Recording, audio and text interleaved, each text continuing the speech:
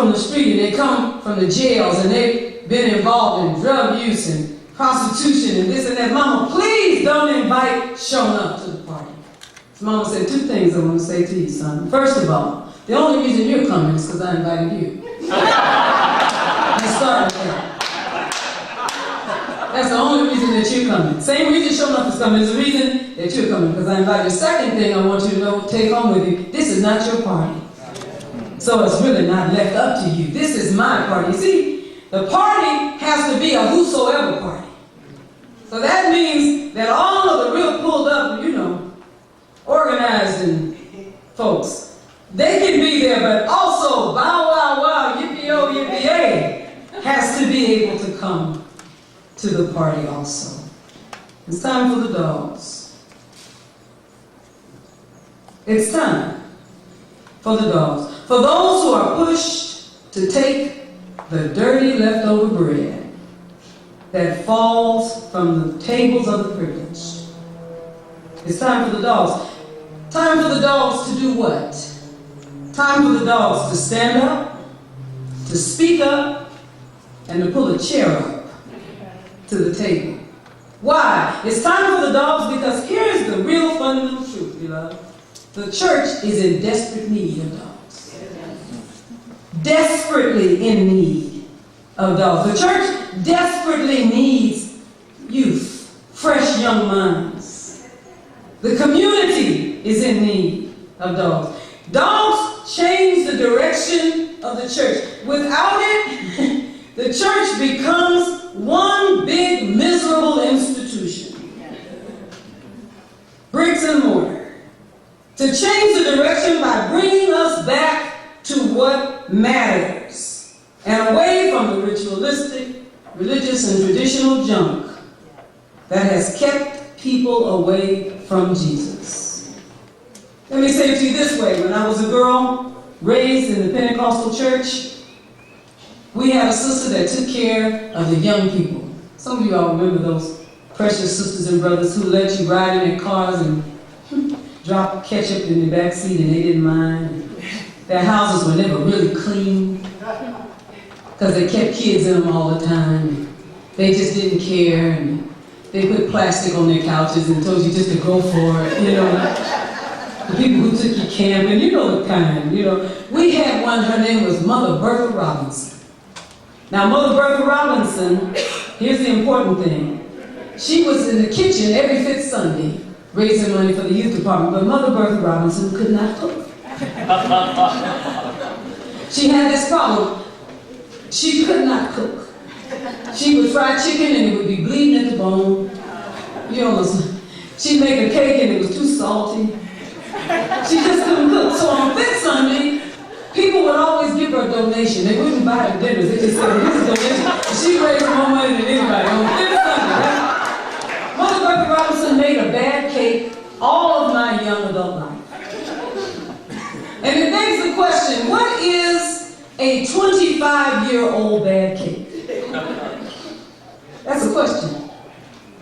Help me out here. It's a bad cake. Doesn't make any difference if it's old bad cake. It's still a bad cake until she changes the ingredients. Do you hear me? It will continue. We have some of those things around church, don't we? We've been doing them for years and they've been sanctified by time, but they were bad when the folks came up with it. And now over time it's become institutionalized in there. And somebody has to have the courage to walk up to it and say, bow, wow, wow, yippee-oh, yippee-yay. Bow, wow, yippee-oh, yippee-yay. This didn't help 50 years ago, it's not helping now. We just all know how to do it.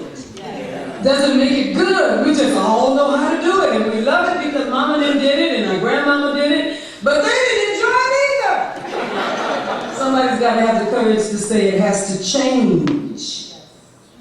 See, dogs come in and change the direction of the church by saying, I don't really want to hear about how I'm not supposed to be here.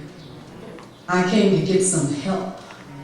And I need some help, and I'm not leaving until I get what I need. And finally this. Pentecost. This making Jesus available to all. And that's really what Pentecost is about. It will come again. It will come again if the dogs will have the courage to show up. It will come again when the dogs come and change the meaning of the historical definition of the term. It will come again when people stop being afraid of institutions because they're old.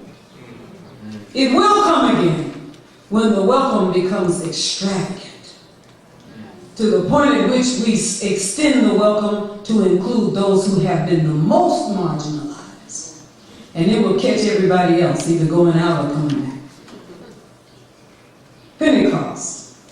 The responsibility to usher in this new Pentecost does not rest on traditional religious folk. Some folk will never change anything because they're comfortable with the system that they're in. But the future of the church belongs to the dogs and to those that have a doggish attitude. Come on now. It always has. Reformation comes from the dogs. Yes, it does. Transition, transformation, it comes from the dogs. To get up and get to Jesus. And as I say often, the man from Nazareth came to John's baptism across the tracks. He wasn't dressed up in a three-piece suit with shiny shoes. He didn't roll up in a Cadillac. He came from across the tracks, the son of a teenage woman, under what many thought were dubious circumstances.